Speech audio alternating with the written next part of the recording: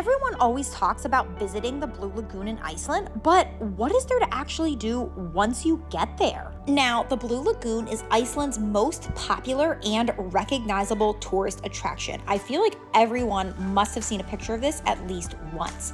It is a geothermal hot spring, and it is very touristy, but totally worth it. And yes, the water really is this blue.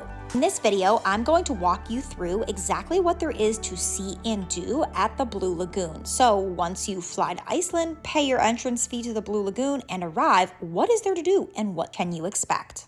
First up is to get a silica mud mask. Now, this can be accessed directly from the lagoon. As you can see, I'm directly in the lagoon, and these are free for everybody that visits. One mud mask is included with each ticket.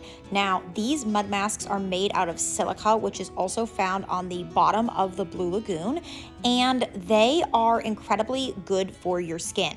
The natural white clay from the silica draws out impurities and tightens your pores as it cleanses and clarifies the skin. Depending on your ticket type, there are other types of masks, such as this lava mask, that you can use as well. I always like to start my trip to the Blue Lagoon at the Silica Mud Mask Station. Next up, there are so many little coves like this cave and different places that you can relax. I don't think people focus on this enough. They just think it's one big swimming pool, but there are so many submerged benches and little walkways and various places where you can relax and enjoy the Blue Lagoon that are also away from the crowds. This little nook right by the entrance is my favorite. It is often not busy, and what you can't see is there's submerged benches surrounding the whole thing.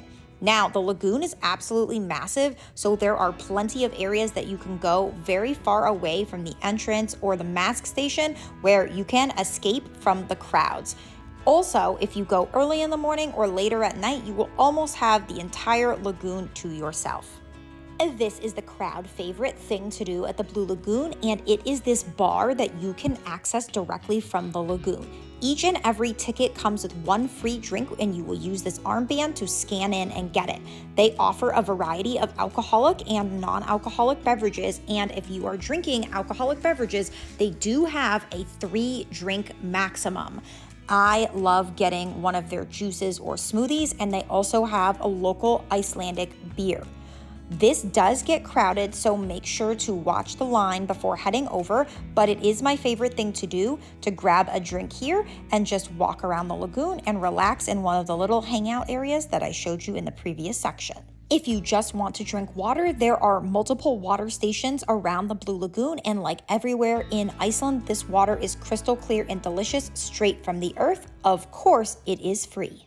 As you can see from this video, the Blue Lagoon complex is absolutely massive. Now, hanging out in the lagoon is not the only activity. They also have hotels, spas that you can pay for, but included with your Blue Lagoon ticket, there are a variety of other free saunas and spas and things that you can experience. This steam sauna that looks like a little hobbit hut is one of the hottest and best steam saunas I've ever been in.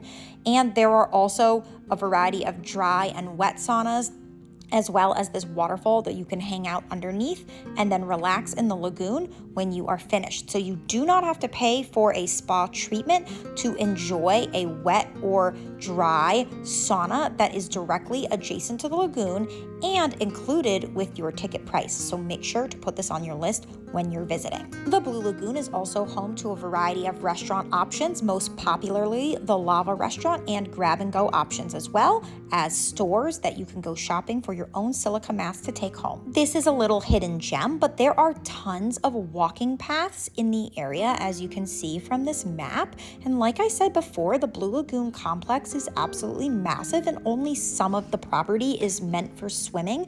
The rest of it is cooler water. You cannot swim in it, but you can walk or hike around it. And no, you do not need a ticket to the Blue Lagoon to come here and walk around on the grounds. So if you've always wanted to see the blue water, but you want to save a little money and you don't want to pay for a ticket, this is the way. It is still beautiful and blue. Now that I've showed you some of the incredible things to do at the Blue Lagoon, from the fact that you get included silica mud masks in your ticket, or that there is a swim up bar, all the way to the fact that you can explore the property for free and see the blue water without even getting in, I am now going to take you through some must-know travel tips before visiting the Blue Lagoon, as well as mistakes to avoid when visiting. And yes, this section is not to be skipped. First and most importantly, when you arrive at the Blue Lagoon and you get your armband and you go to your locker room, before you enter the lagoon, you must shower with no clothes on.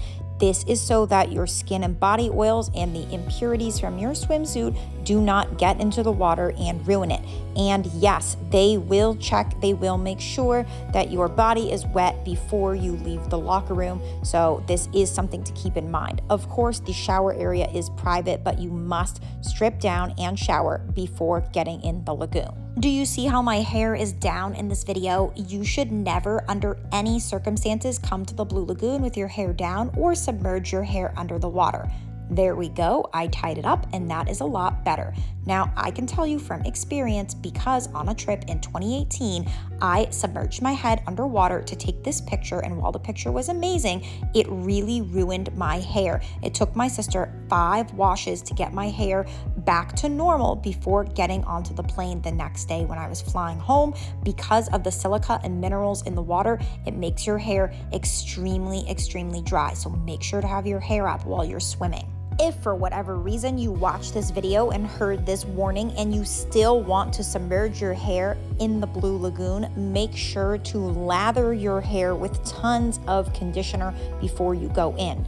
You know how I said you have to shower with no clothes on before you get into the lagoon? They also provide you with conditioner in the locker rooms, and I highly recommend using a lot of conditioner, because you do not want your hair to be like straw from the silica. So please heed these warnings before visiting the Blue Lagoon with your hair down. This tip is extremely important if you want to visit the Blue Lagoon at all, and that is to go on their website, go right now, and make a reservation. You must make a reservation online. Getting to the Blue Lagoon and walking in is extremely difficult and next to impossible. So ensure that you book your reservation online in advance, because it regularly sells out.